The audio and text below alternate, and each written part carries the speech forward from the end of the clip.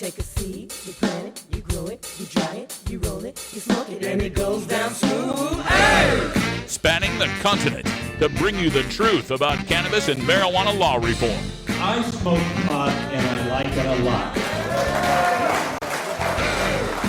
CannabisRadio.com presents The Russ Belville Show, the voice of the marijuana nation. Hey, this is great, man.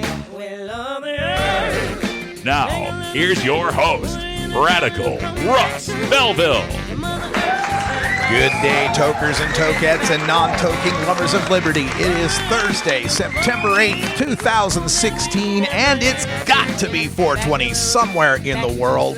So glad to have you here for our next 2 hours of news, views, and interviews for the cannabis community. We got 2 great interviews coming up today to tell you about, but first, let me say to you, live long and prosper. Let's boldly go where no tokers have gone before, because today is the 50th anniversary of the premiere of the original Star Trek series. And I am a Trekkie to my core, although Star Trek was canceled the year I was born. In the 70s, it enjoyed great success in reruns. And as a kid, I grew up just loving to play Star Trek. And guess who I used to always want to play on the playground? Not Captain Kirk. No, I was a Mr. Spock guy. Yeah, figures, right? I look shit up. So yeah, I was a Mr. Spock guy. So live long and prosper. Let's boldly go where no tokers have gone before. On our show today, some great interviews considering some of the breaking news that's going on. You may have seen this story floating around in your Facebook feed, or you follow my Twitter feed at Radical Russ. It's going down in Arizona, where a major big pharmaceutical company called Insys Therapeutics has donated $500,000 to the fight against Proposition 205 in Arizona. Insys makes one thing: a fentanyl spray. Fentanyl, of course, being the opioid painkiller that's 100 times more powerful than heroin. So we're going to speak with J.P. Holyoke. He's a campaign manager down there for Arizona's Proposition 205. Find them at regulatemarijuanainarizona.org. We'll talk to him about that donation and also how their governor just doesn't understand that marijuana is safer than alcohol. So we'll talk about that as well. Also on the show today, it's Thursday, and every other Thursday we speak with former law enforcement from Law Enforcement Against Prohibition.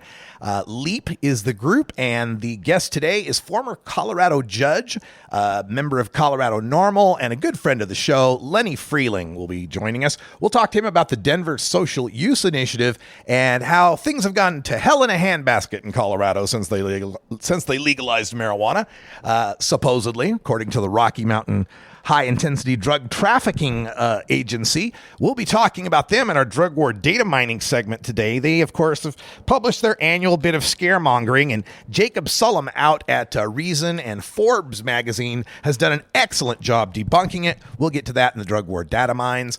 Also on the show, we get into our cannabis focus for a more serious and tragic story. Cosmopolitan magazine, Cosmo, has come out with an expose on sexual assault amongst the trimigrant population, the Emerald Triangle marijuana trimmers and such. So we'll talk about that in our cannabis focus, but we start everything off with our cannabis radio news. And in the headlines today, 2 stories from Michigan, one good, one bad. One bad for legalization, good for medical marijuana. We'll talk about that. In Ohio, they've begun their medical marijuana program for all the good it has done them. We'll tell you why. In Delaware, a new bill for kids and medical marijuana. And in Trenton, New Jersey, we're still waiting on Governor Chris Christie to react to PTSD and medical marijuana bill that has been passed. And Montel Williams today launched a new line of medical cannabis products. We'll tell you what it is when we come back. Also, stay tuned for hour 2. We'll be talking about the college students and how they're using fewer drugs and more pot.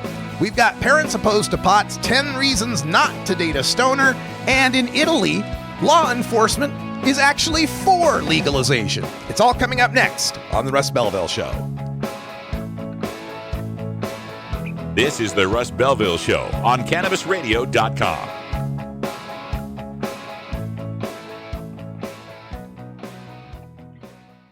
Cannabis use isn't the only thing growing. So are we. Grow with us. CannabisRadio.com. Cash? Sorry. I don't carry around cash, and I don't want to use the ATM and pay surcharges. You don't need to carry cash. Haven't you heard about PayQuick? Okay, tell me about PayQuick. It's the safe and easy way to pay. It works just like your debit card to securely pay for your purchase, and it gives you rewards points every time you use it. Nice. PayQuick, the safe and easy way to pay. PayQwick.com. We love the earth. I'm Radical Russ Belville, inviting you to join me every weekday on CannabisRadio.com for the Russ Belville Show. It's the NPR of POT. We bring you the latest marijuana headlines, cannabis analysis, drug war data, activist interviews, radical rants, and your live calls. Join me every weekday at 3 p.m. Pacific, 6 p.m. Eastern, live only on CannabisRadio.com. The Russ Belville Show, where the truth about marijuana gets more than a minute to speak. When you are starting up a medical cannabis business, you want a fired-up lawyer who understands the needs of cannabis consumers. The law office of Lauren Vasquez is your fired-up lawyer for the cannabis industry. Visit her website, fireduplawyer.com, or call 1-855-MMJ-LAWS for more information. That's 855-665-5297 for Lauren Vasquez, your fired-up lawyer, or email fireduplawyer@gmail.com.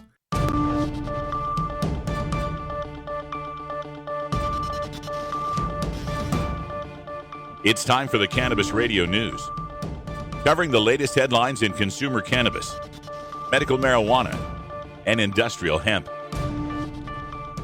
Cannabis Radio News is now available exclusively at CannabisRadio.com. Now your marijuana headlines in 4 minutes and 20 seconds. This is Cannabis Radio News. This is your Cannabis Radio News for Thursday, September 8th, 2016. Lansing, Michigan. Michigan marijuana won't be on the statewide ballot in November. The State Appeals Court and the Michigan Supreme Court each turned down appeals Wednesday by a group trying to legalize the recreational use of marijuana. A group called the Michigan Comprehensive Cannabis Law Reform Committee submitted 354,000 signatures, apparently enough to get marijuana on the ballot. But the Board of State Canvassers said more than 200,000 were collected outside a 180-day period, a decision that left the group short of enough names. In August, a judge at the Court of Claims said the state had, quote, no clear legal duty, end quote, to count the stale signatures. Lansing, Michigan. The Michigan State Senate has advanced a trio of bills to regulate medical marijuana dispensaries and legalize edible preparations of cannabis. Recent court rulings have clarified the Michigan Medical Marijuana Act in such a way that dispensaries and edibles currently sit in a legal gray area. The Michigan House has already passed such legislation. With the Senate Judiciary Committee unable to muster the votes to forward the proposal, the Senate took the unusual step of discharging the bills from committee for full Senate consideration. Opponents on the committee believe the bills are simply the beginning of marijuana legalization in the Great Lakes state. Also included among the bills is a seed-to-sale tracking system and the appropriation of funds to cover its costs. Columbus, Ohio. Ohio has yet to outline exactly its new medical marijuana law will work, even as it is set to take effect today, leaving a host of unanswered questions by doctors, patients, pharmacists, police, and many others. Rules for producing, prescribing, and distributing cannabis to eligible patients are expected to take up to a year to craft. The law allows people with certain listed conditions to begin using marijuana immediately, but it's unclear where they would legally get it. Some communities already are banning marijuana dispensaries as the law allows. The clash between Ohio's law and a federal prohibition prevents banks from handling marijuana-related cash and complicates matters for some officials, including those who work in law enforcement and at airports. Dover, Delaware.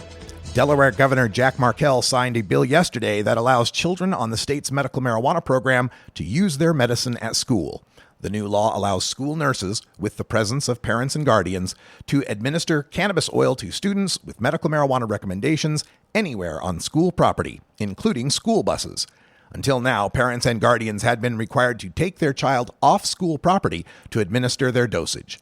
There are currently fewer than 10 children in Delaware with medical marijuana recommendations. Trenton, New Jersey. Governor Chris Christie has not acted on a bipartisan bill to allow patients with post-traumatic stress to use medical cannabis in New Jersey. An online petition urging his signature to pass the measure, passed by the Assembly and sent to Governor Christie on August 1st, has now gained over 18,000 supporters. Governor Christie's only response to the bill was a promise at an August news conference to, quote, read it, end quote. As of Wednesday, the governor's spokesman, Brian Murray, emailed Philly.com saying, quote, we will not comment until we have finished our review, end quote.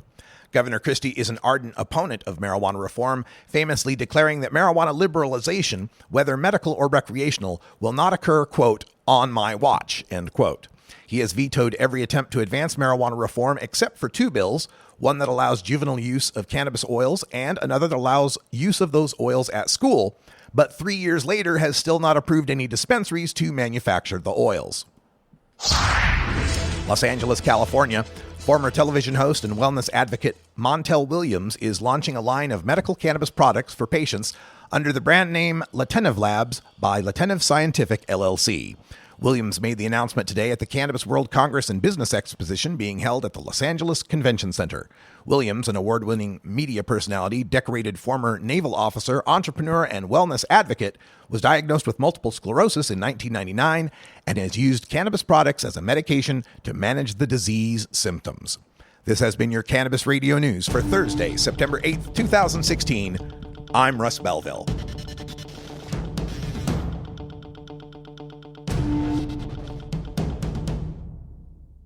We don't limit how much you smoke, and we don't limit where you listen.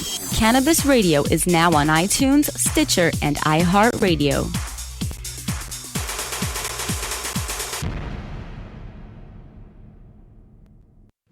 While the feds and state are doing their dance, you still need to transact business and manage your cash. Go professional and let your customers pay with PayQuick. They pay you and they earn rewards points.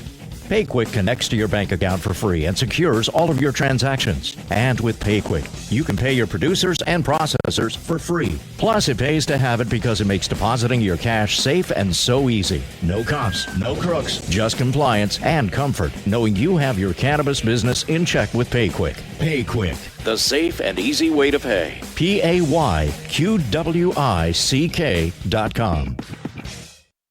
Georgia. Hi, this is Willie Nelson. Alcohol prohibition didn't work in the 1920s, and marijuana prohibition isn't working today. It's time we stopped arresting responsible marijuana smokers. It's the fair thing to do. For more information, contact NORML, the National Organization for the Reform of Marijuana Laws. Call toll-free 888-67-NORML or visit their website at norml.org. You're listening to Radical Russ on the Russ Belville Show.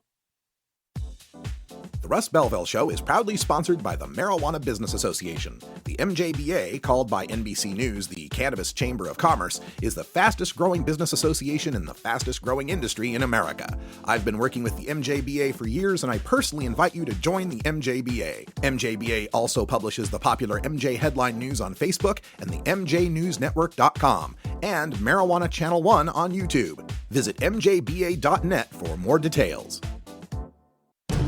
The world of cannabis is evolving at a frenetic pace. The Russ Belville Show gets behind the headlines to take a deeper look at breaking news in our Cannabis Focus. Today in the Cannabis Focus, we're taking a look at one of the seedier undersides of the black market in marijuana. It's a story that's up on cosmopolitan.com entitled Hidden Horrors on the Pot Farms of California. An epidemic of sexual abuse and trafficking on the marijuana farms of the Emerald Triangle is rarely investigated. The author is Shoshana Walter, and the story was produced by Reveal from the Center for Investigative Reporting. It's a nonprofit news organization based in the San Francisco Bay Area, and you can find more about them at the revealnews.org/podcast. And the story tells people about the Emerald Triangle. For those who don't know too much about it, Northern California, these three counties, Humboldt, Trinity, and Mendocino, are the seat of the greatest marijuana cultivation on the planet, probably, or at least in North America. These are illegal pot farms that have been tended for generations. And in our community, we tend to mythologize this. We tend to lionize this as the outlaw farms, the family growers, just fighting against prohibition, fighting against the man. And I've always come against this from the point of view of, yeah, but you're making your living off human suffering, off the fact that somebody gets busted eventually and goes to prison. And that's what keeps those prices high, that allows you to farm out in the woods somewhere and make, X $1,000 a pound for cannabis. This story investigates another part of this, and that is the trimmigrants, they're called. Trimmers, people that, trim cannabis buds. That stuff has to be trimmed by hand. And from June to November, the harvest season in the Emerald Triangle, thousands of trimmigrants pour in to that area of California for off the paper work, under the table work, usually paid in cash, for trimming. Now, at the top levels, according to the story, quote, growing is a male-dominated field, and growers often prefer to hire female trimmers because they're supposedly more dexterous and thus more efficient workers. But over the past 5 years, young women have begun emerging from the woods with tales of being forced to give their bosses blowjobs to get paid, or asked to trim topless for wage increases. The hidden nature of the industry has led to an epidemic of sexual abuse that's rarely reported or investigated. Now, according to the report here, they unearthed dozens of accounts of sexual exploitation, sexual trafficking. And of course, most of this goes unreported. Even in the mainstream world, rape and sexual assault are severely underreported because of the victimization that happens in the courtroom. I mean, the victim has to go through this all over again and be humiliated and embarrassed and such. So it's already something that's difficult in the mainstream, say, corporate world with sexual assault and harassment. In this underground world, what are you going to do? Go to the cops when you're talking about what happened to you at your illegal job that you don't pay taxes on, that deals with a federal Schedule I controlled substance and something that's illegal to sell under state law? No, of course not. And even when it is reported, the rare times it is reported, law enforcement doesn't go after the root problem. They think about just the drug trade. They're looking to uproot plants. They're looking for big headlines. They're not looking to solve the story of some young woman that was held without her will on a marijuana farm to trim topless in the woods.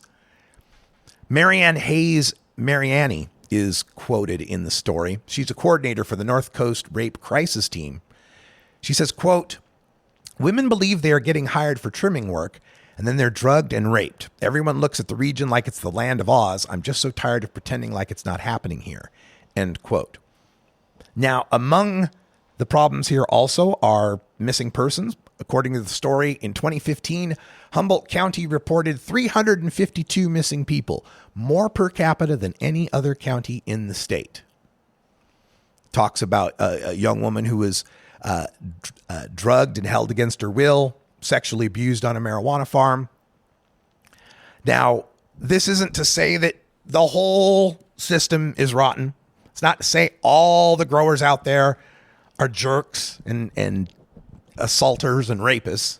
Many of the marijuana farms are responsible operations. Most workers, in fact, are going to describe this as something good, excellent pay, food, shelter, and so forth. The problem is that when we have a industry that is underground, that is illegal, we are naturally going to increase the possibility and the probability that these kind of actions are going to happen because the victims can't come forward, because the whole program is illegal. So as we move forward here in November, of course, we've got the vote for recreational marijuana legalization. Prop 64, latest poll showing 71% support. And once we can get legalization in place, we'll have yet to see what that does to affect this kind of market. I mean, there won't be trimmigrants anymore, will there?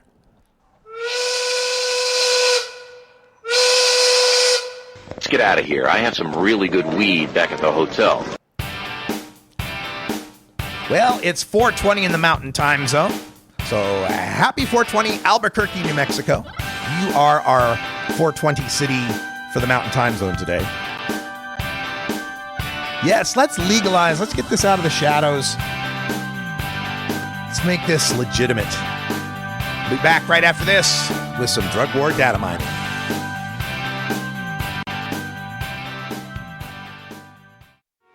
Maui Wowie. Acapulco Gold. California Kush. Our strains stretch everywhere, too. This is the Cannabis Radio Network. The next generation of vaporizers has arrived.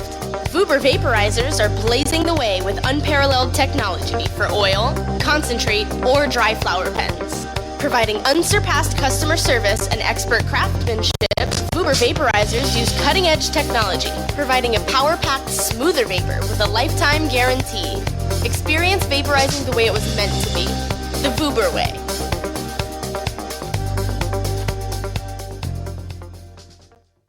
From high atop Mount Soledad in San Diego, California, 100 feet above sea level. Good morning. It's good news with Cannabis Nurse Heather. This plant is amazing. Positive change is happening. We did it. No matter who you are, you can make a positive impact on the world. I would rather be illegally alive than legally dead.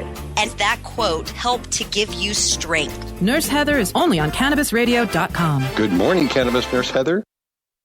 You're not high. You're listening to the Russ Belville Show on CannabisRadio.com.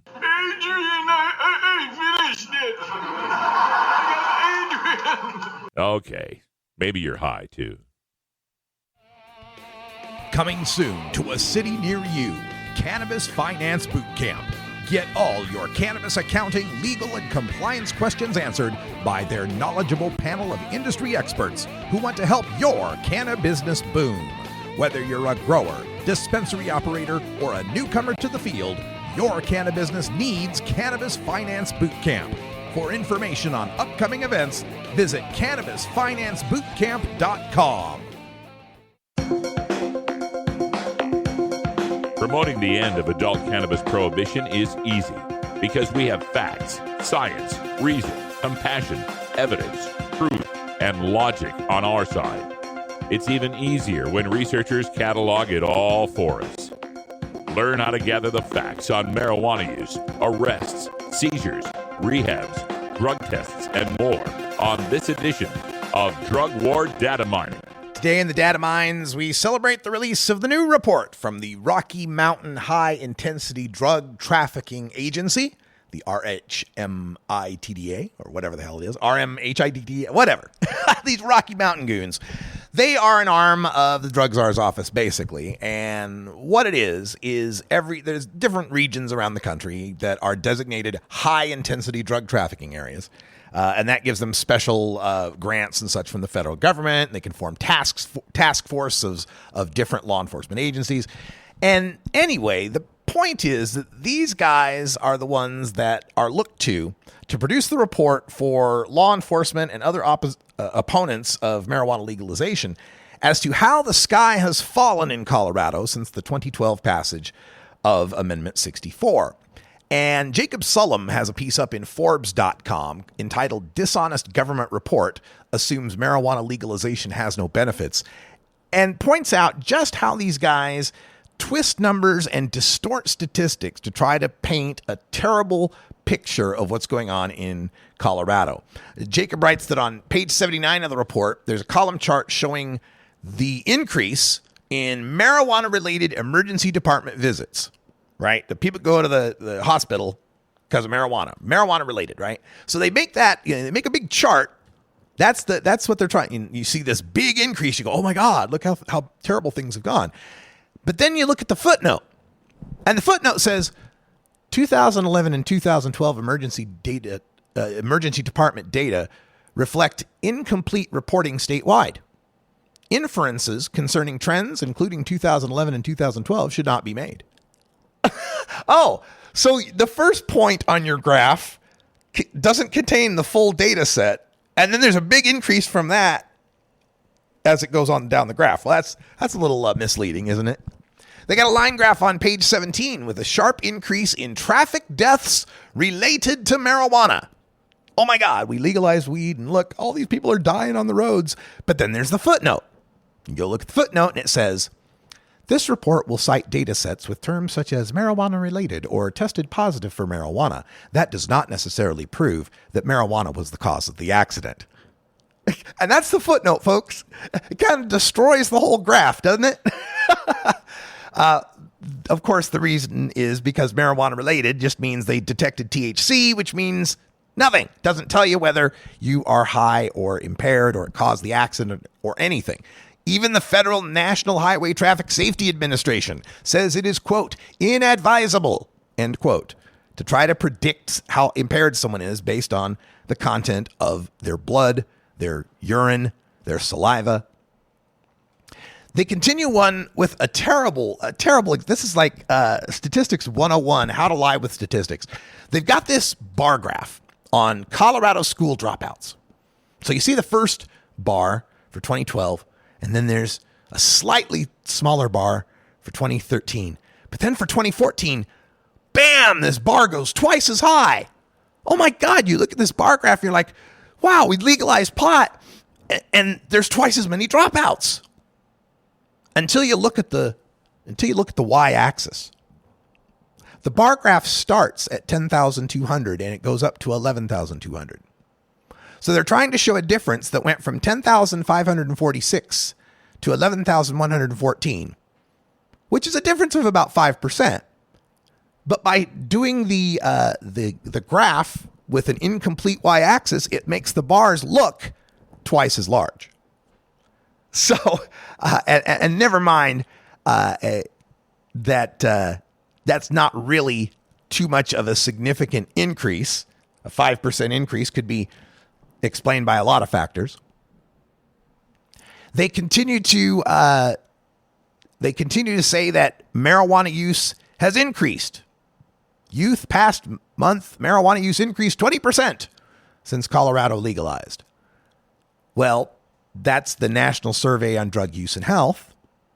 There's another survey, the Healthy Kids Colorado survey, that had a larger sample than the national survey. And it says that adolescent marijuana use is essentially flat since legalization.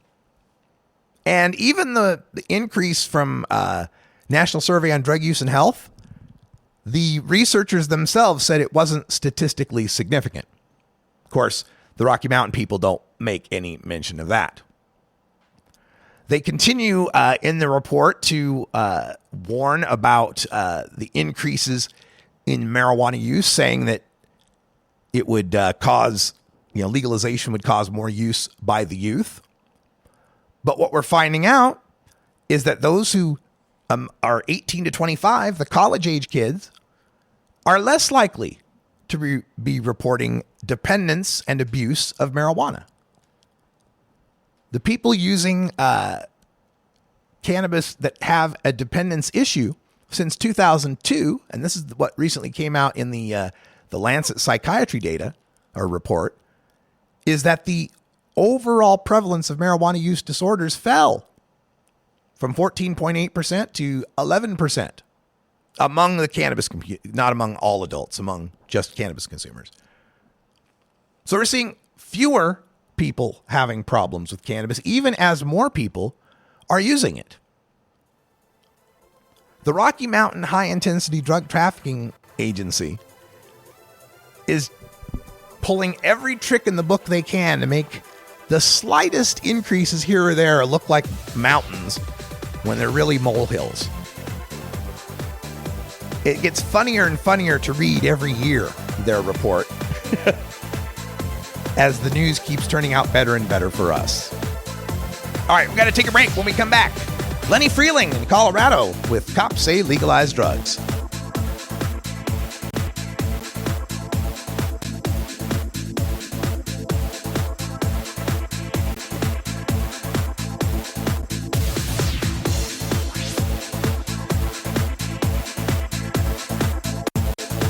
This is the Russ Belville Show on CannabisRadio.com.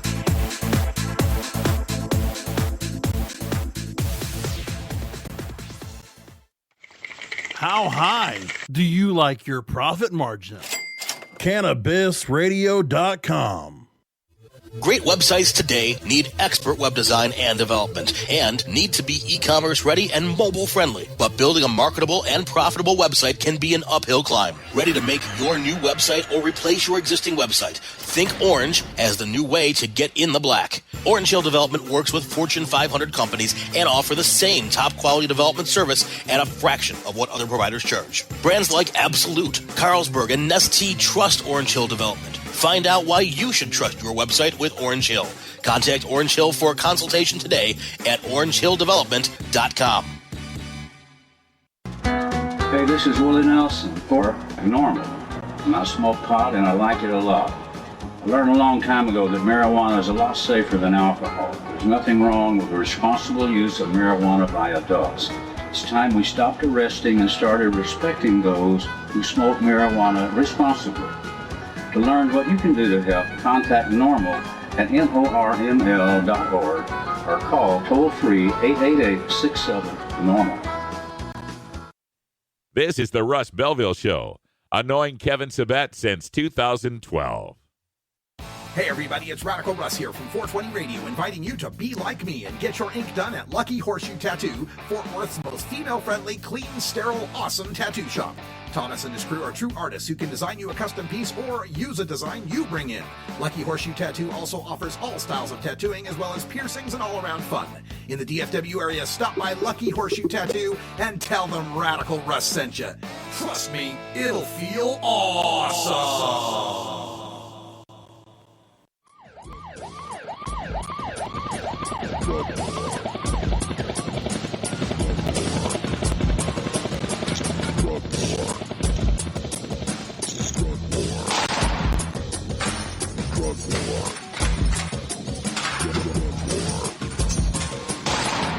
One of the most disturbing elements of the Prohibition War is how it's made police the enemy of otherwise law-abiding cannabis consumers. Fortunately, one group of police officers knows the futility of prohibition and reaches out to educate the community and current law enforcement. Today, the Russ Belville Show visits with another speaker from Law Enforcement Against Prohibition with one clear message. Cops say legalize drugs. All right, welcome back, everybody. It's 32 after the hour. We're reaching out to Lenny Freeling out in Colorado, dialing the number, and the party you are calling does not accept blocked calls. Oh, no. So we can't get through. Well, that's a darn shame. We were going to speak with Lenny Freeling today on our Law Enforcement Against Prohibition Cops Say Legalize Drugs segment. Unfortunately, it looks like we're not going to be able to dial through to him because of our blocked number, I guess. We're dialing through Skype, so that could be part of the reason for it. Lenny is with Colorado NORML and also been a longtime NORML member. He's a NORML Legal Committee and worked as a defense attorney. And previous to that was a judge, so has been a long-time supporter of marijuana reform. I really wish we could get him on the line for you. Sorry that we cannot. So in the meantime, we will bring you up a replay interview from our Cops Say Legalized Drugs segment. And let's see, we'll speak with former prosecutor Teresa Smallwood. That's who we'll listen to here in our segment. And thanks for your patience. And sorry we couldn't get Lenny Freeling on. We'll have him on another edition of the show.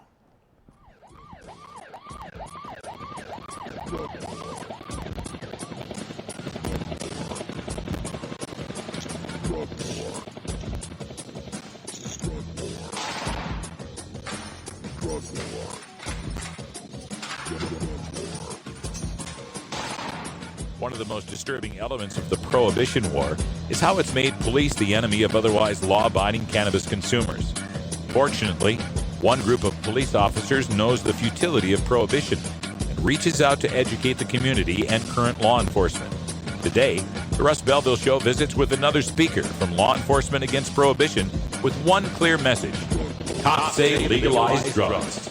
Welcome back, everyone. 32 after the hour, and joining us today for our Cops Say Legalized Drugs segment, we have Teresa Smallwood. She's a former prosecutor from Chicago, Illinois. Teresa, welcome to the show. Why, thank you, Russ. It's good to be with you. It's good to have you here, and I see from your bio you had done your work in Chicago, Illinois, and my goodness, we know a lot about Chicago as far as the street violence goes, the gang warfare, and the influence of drugs on both of those subjects. Give us a little of your background and how you came to recognize the drug war was a flawed failure. Well, certainly. Actually, I did all of my prosecutorial work in North Carolina, but it's a very similar venue in terms of how the drug war actually works. I've done most of my social justice and my engagement as it relates to my own theological work here in Chicago, and that, of course, has presented me with a good bit of statistical information. But as a prosecutor, what I came to understand after being in the business for over 4 years was the fact that I was creating a revolving door that was making absolutely no impact on people's lives or on the lives of the community. We kept seeing generation after generation go to prison, come back, and it was the same old cycle. It wasn't until I actually joined the ranks of the criminal defense attorneys that I came to realize that what we really were doing was sending people who were addicted to a place that could not help them.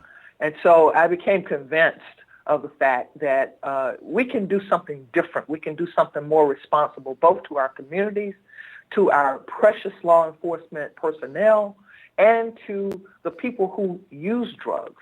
We can do a whole lot more humane approach that gives everyone the opportunity to be safe and to operate within the confines of what I believe are real moral principles.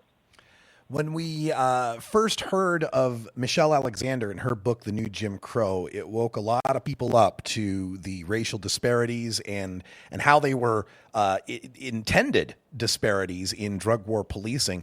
Can you give us an idea, as a prosecutor in North Carolina, how you saw the drug war affecting families, particularly black families and particularly black women as they've been swept up in this drug war as girlfriends and wives and getting conspiracy charges that had nothing to do with them actually using or touching drugs?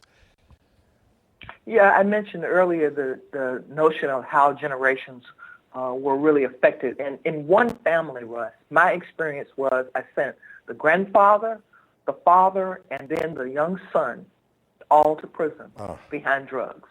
And what happened was at the point in time the young son was actually arrested, his girlfriend, who was pregnant, was on the car. And naturally, in small town USA, we tend to convict by association, unfortunately. So despite the fact that she had no drugs on her body and could not have been really aware of what was on the car, because she was, just simply not in tune with exactly how sophisticated and complex his particular operation was. But she simply was a part of the scene. She was arrested, put in jail, and actually convicted. And, of course, gave birth to a child while still in prison. So the idea here is that the war on drugs has literally become a war on families. And what we see is that the fallout comes particularly in communities that are disparately treated. Now, I don't mean at all to cast aspersions upon our law enforcement generally. I have worked successfully across the aisle with so many of them, and I have tremendous respect for law enforcement generally. But I can say truthfully that my experience in at least 3 different locales extensively shows that the system itself has disproportionately affected African Americans and to some degree the Latino population. And so what I began to see when I moved my own investigation into the District of Columbia, my real drug war ending work started there, because at that point the ACLU got involved in helping young pastors to really see what the difference was. And there were 2 specific zip codes that most of the drug convictions were coming from. And where were they? They were in the city's highest most densely populated black communities. When we were able to bring the criminalization issue to the forefront and the people voted and they were actually willing to legalize marijuana, it was because preachers stepped up and understood the complex nature of how the war was being dispatched upon that particular community. I'm glad you mentioned that, Teresa. I also note from your bio that for over a decade now you've been ordained as a Baptist minister with a PhD in theology, ethics, and human sciences. And one thing that's always concerning to me for years working as a marijuana reform advocate is how much opposition we would find from the black church, particularly, Southern Baptists, for example. And I always felt that that was an example of mistaking the harms of prohibition for the harms of the drugs themselves. Can you give us a little insight on how clergy are coming around on this issue? Well, I've had the pleasure of working alongside a number of different organizations going after the same issue. And there is at least one group that has national standing now where we have a clergy group of people across the nation, and it's called Clergy for a New Drug Policy. What we are doing is basically waking up the people who claim morality to realize that true morality is a test of our will towards our human kind. And that simply means that preachers are coming to understand that they have to go below the surface to evaluate what's happening and why we need to do something differently. And so I'm very, very happy to be in conversation with that particular organization. I don't run it, and I'm not here today representing them, but I do know that that particular aspect of the work is afoot, and there's a gentleman by the name of Al Sharp who is running a very, very sophisticated opportunity here to just wake people up, people who are in the faith. Glad to hear that. We're speaking with Teresa Smallwood. She's a former prosecutor, defense attorney, and Baptist minister who is a speaker for law enforcement against prohibition. They got great speakers all around the United States, Canada, and around the world. If you need someone to come out to your Lions Club, your Elks Club, your Rotary meeting, your PTA meeting, whatever it might be, they've got someone for you. Just visit leap.cc. Now, Teresa, another aspect of this has been very interesting to me. The Black Lives Matter movement has done a phenomenal job of spotlighting the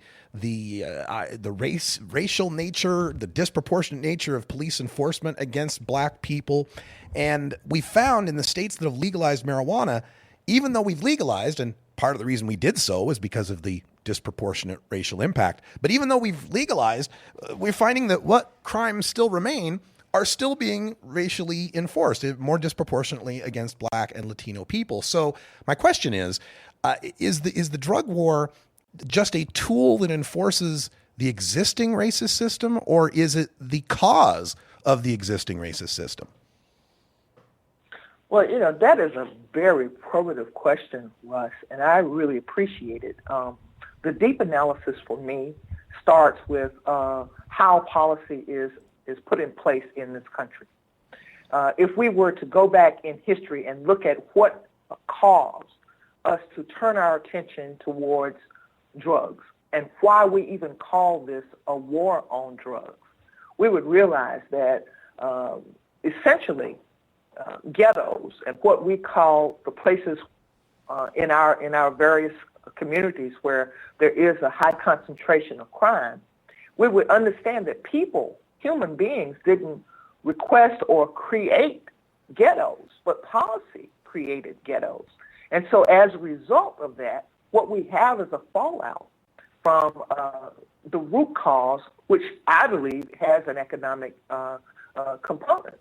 Now, Michelle Alexander was able to draw this point out very clearly. But what we also know is that in response to anything we think is aberrant or outside the norm, what we have done historically in this country, and it's really all over the world, is to criminalize the thing that we don't really want to put our finger on, or criminalize the thing that we have considered to be outside the norm of our morality. Yeah, a morality tale, absolutely. I've brought that up many times before. And it's fascinating to me, too, Teresa, that as we look at the criminal justice system and how it is being reformed, we're finding more prosecutors even who are coming over to our side, people that continually say, I can't tell you how many times I've heard the revolving door comment from our speakers at Law Enforcement Against Prohibition. And my thanks to Teresa Smallwood on that interview, one of my favorites that I've done with the Law Enforcement Against Prohibition people. And apologies to Lenny Freeling. That's on my side. We lost our Skype number, and so we've never had a problem dialing out to Lenny before because we didn't have a blocked number. Now we do. So I'll get that all solved. Thanks to the chat room for the suggestion on Google Voice as well.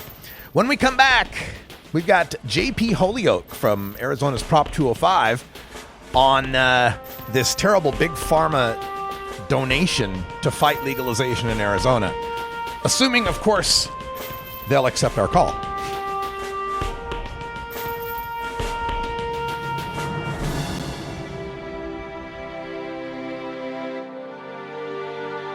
This is the Russ Belville Show on CannabisRadio.com.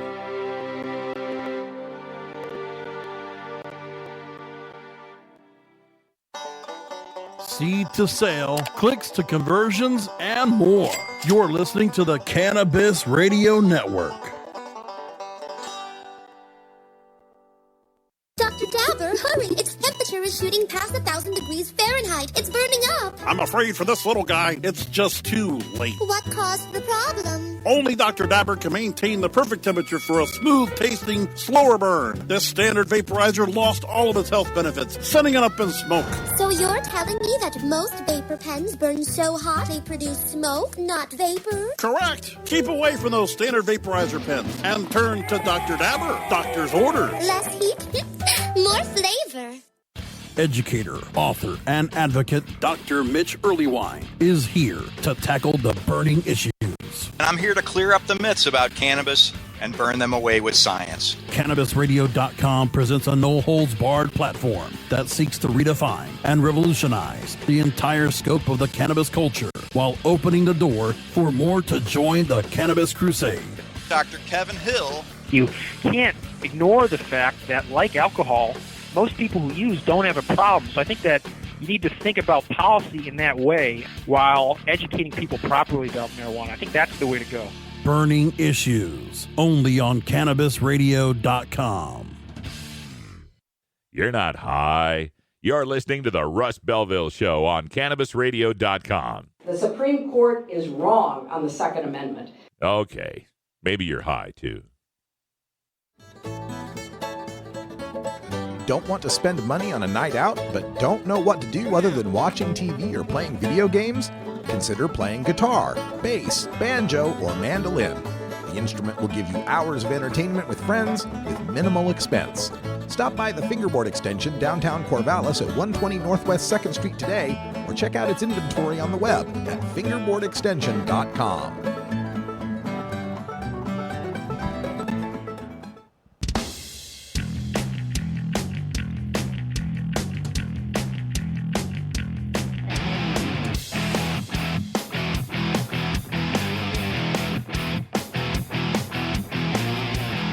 Activism begins with ACT. The Russ Belville Show features the stories of hardworking grassroots activists working for an end to prohibition in today's activist agenda. Today in our activist agenda, we make our way down to the great Southwest in Arizona, where Proposition 205 is on the ballot to legalize marijuana. But that doesn't mean that the opponents of marijuana legalization are resting on their laurels. Today, we reported on that $500,000 donation that was made for the opposition campaign in Arizona and who it came from. Joining us to talk about that is JP Holyoke from Arizona's Proposition 205. JP, welcome to the show. Thanks for having me, Russ. It's good to talk with you. Yeah, thanks for holding on for us. And this was quite amazing because, you know, we've been writing this script in our cannabis community for a long time about how big pharma is going to oppose marijuana because they want to corner the market Well, this kind of makes our case for us. Tell folks today that may have joined us late, what's going on down there with this Insys Therapeutics? Sure. There's a company here in Phoenix called Insys Therapeutics, and they manufacture an opioid called fentanyl. It's a sublingual spray. It has about 50 times the potency and addictive qualities of morphine. And they decided to make a $500,000 contribution to stop the legalization of cannabis here in Arizona. And this is really interesting for, as you stated, for decades, the cannabis community has said it's Big Pharma that's fighting against us. And in the past, they have been fighting against us, but they've done so in far more sneaky ways. Partnership for Drug-Free America and then funding bogus studies that don't hold up to scientific rigor. But this is the first time that we've actually seen they've come out and they've said, we're just going to give money directly to the campaigns and not try to hide that effort that we don't want marijuana to be legal in this state. And that is a problem. But there's an even greater problem here. And I would encourage anybody and everybody to do a Google search on Insys Therapeutics. They are one of the worst actors within the pain opioid marketplace. They're currently under investigation in 4 states, including Arizona, and by the federal government for pushing their dangerous opioids upon people that don't actually need them in an effort to get them hooked. There's a great CNBC special that they did on this documentary on this company alone and their bad practices. Yeah, it was that's why the name Insys Therapeutics kind of rang a bell when I heard this come in. I said, this isn't the same guys. Didn't they have a deal in Oregon? And then I looked it up. Yes, they had a settlement with the state of Oregon that one of our assistant attorney generals, he says, I've been investigating this stuff for 15 years. These are some of the worst practices I've ever seen.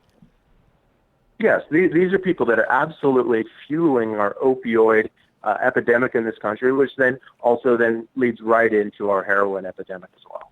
And these are the guys. And of course, the irony was not lost on you that the campaign they're donating to is called Responsible Drug Policy.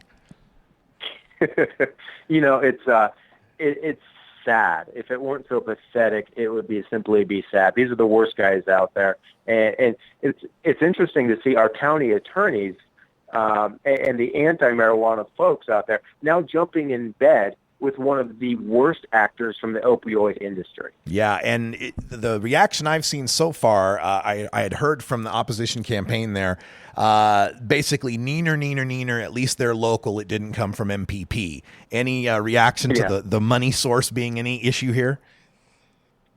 Well, obviously I have an issue and a reaction with the money source coming from an opioid manufacturer. I have a real problem with that.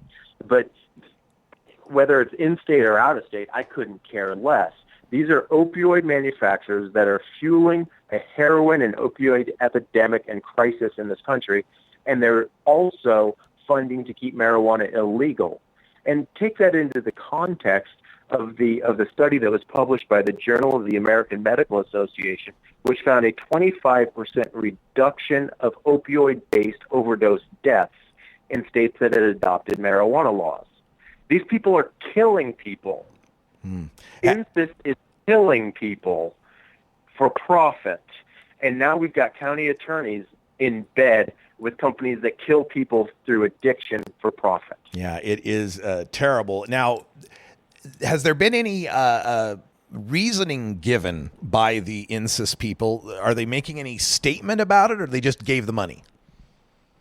They gave the money. They prepared a public statement. They put that out to the media, and it's a bunch of hooey malarkey that we make painkiller drugs through the FDA process, and they like to rely upon that FDA process as if that's justification for what they do. Right. All right. Another story that involved your campaign down there in Arizona that I wanted to get your take on and maybe fill us in a bit on, your governor and not seeming to understand the basic pharmacological properties of cannabis versus alcohol. Can you fill us in on that? Yeah, our governor, he's working with the No on Proposition 205 campaign. He's actively soliciting, making phone calls to different businesses throughout the state, asking them for money to give to the campaign. But he's also been a big alcohol proponent throughout his entire career. He started off actually working for Anheuser-Busch. So he's worked to expand the beer and wine industry here in Arizona, which I don't have a problem with. Those are both things that I personally enjoy. But I do have a problem when you're saying no, marijuana should be illegal, while at the same time trying to promote something that is far more dangerous. It's hypocritical at best. It's gross stupidity at worst. And I think that he's fallen into the stupidity category on this one. So did you challenge him to something? Was there some sort of challenge involved here that he's shirking away from? We did. In one of his press conferences, he said they need to do a fact check. And we said, oh, yeah, sure, we'll be glad to do that. And so then we put that back out there saying, hey, we fact checked it. Here you go. Do you have a response? And so far it's been silence. But there was an editorial that was put out in the Arizona Republic today by one of their columnists named B.J. Montini, and it was rather entertaining, poking fun at the governor for not being real bright about the scientific facts on this issue. That sounds good. Now, in our live chat room here on CannabisRadio.com, we got a question asking you, how's the campaign going? How's your money situation, and how's the polling? So there was a poll that was just released earlier this week that was put together by the Walter Cronkite School of Journalism at ASU, or Arizona State University. And the poll came back. Yes, I have some questions regarding their methodology on the poll. I mean, some of it just simply didn't make a lot of sense to us. But it put us up by about 10 points over the opposition. It was about 50% of Arizonans favor legalization. 39% and change were opposed to it, and then the rest of them were undecided. So if the vote were to be held tomorrow, we would win. There's no question about that. How those undecideds are going to break between now and November, the best case scenario for the opposition is that all of them go negative. That's not likely. I mean, most of the time when you see undecided voters, at the end of the vote, they tend to split 50-50 or somewhere in that ballpark. Mm-hmm. If that were to happen, that's just fine with us. We win. That's great. Now, of course, this is all discussion of the traditional opposition. Arizona's also got the weird situation of having a Stoners Against Legalization opposition campaign. Is that gaining any traction, or do you have any worries about that opposition campaign? No, I didn't pay any attention to them before. I don't pay any attention to them now. They tend to operate in their own little echo chamber, and I'm fine with letting them do that. To the best of my knowledge, they don't have any financial resources available to them to be able to make any type of a significant advertising push. But the idea, I mean, just the name of it, Stoners Against Legalization, you have to ask yourself why. Why are these people opposed to ending the draconian policies of prohibition? I understand that they might not like everything about the initiative. That's fine. I don't like everything about the initiative either. I don't think that there's ever been a law created that everybody liked everything about the initiative. But the question really becomes, do you prefer our initiative, which allows adults to purchase, consume, and possess up to an ounce of flower and 5 grams of concentrate, as well as grow 6 plants at home? Do you prefer that model over getting a felony for the possession of a single joint? Because you have to compare it to the status quo. Status quo right now, simple possession is a felony in this state. Yep. Arizona, one of the worst states for cannabis consumers as far as the possible punishments. JP Olioke is with the Arizona Prop 205 campaign. Find them at regulatemarijuanainarizona.org. And JP, good luck on everything in the next 62 days. Thank you, Russ. Appreciate you having me on the show today. You betcha. All right, stay tuned, folks. And when we come back here for hour 2, we will get into more of the marijuana news. We're going to go international, tell you how the cops in Italy actually support legalization. Wow, that's amazing. Also, parents opposed to pot have posted their 10 reasons not to date a stoner. We'll go through that. And we're looking at data on college students using more pot and fewer opioids. And a quick look at what President Obama's oldest daughter has been up to. For everyone here at CannabisRadio.com, I'm Radical Russ. Thanks for joining us. And until next time, take care of each other, tokers.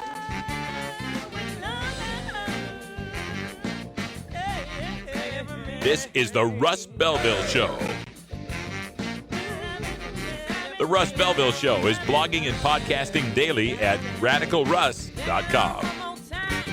You take a seed, you plant it, you grow it, you dry it, you roll it, you smoke it. You take a seed, you plant it, you grow it, you dry it, you roll it, you smoke it.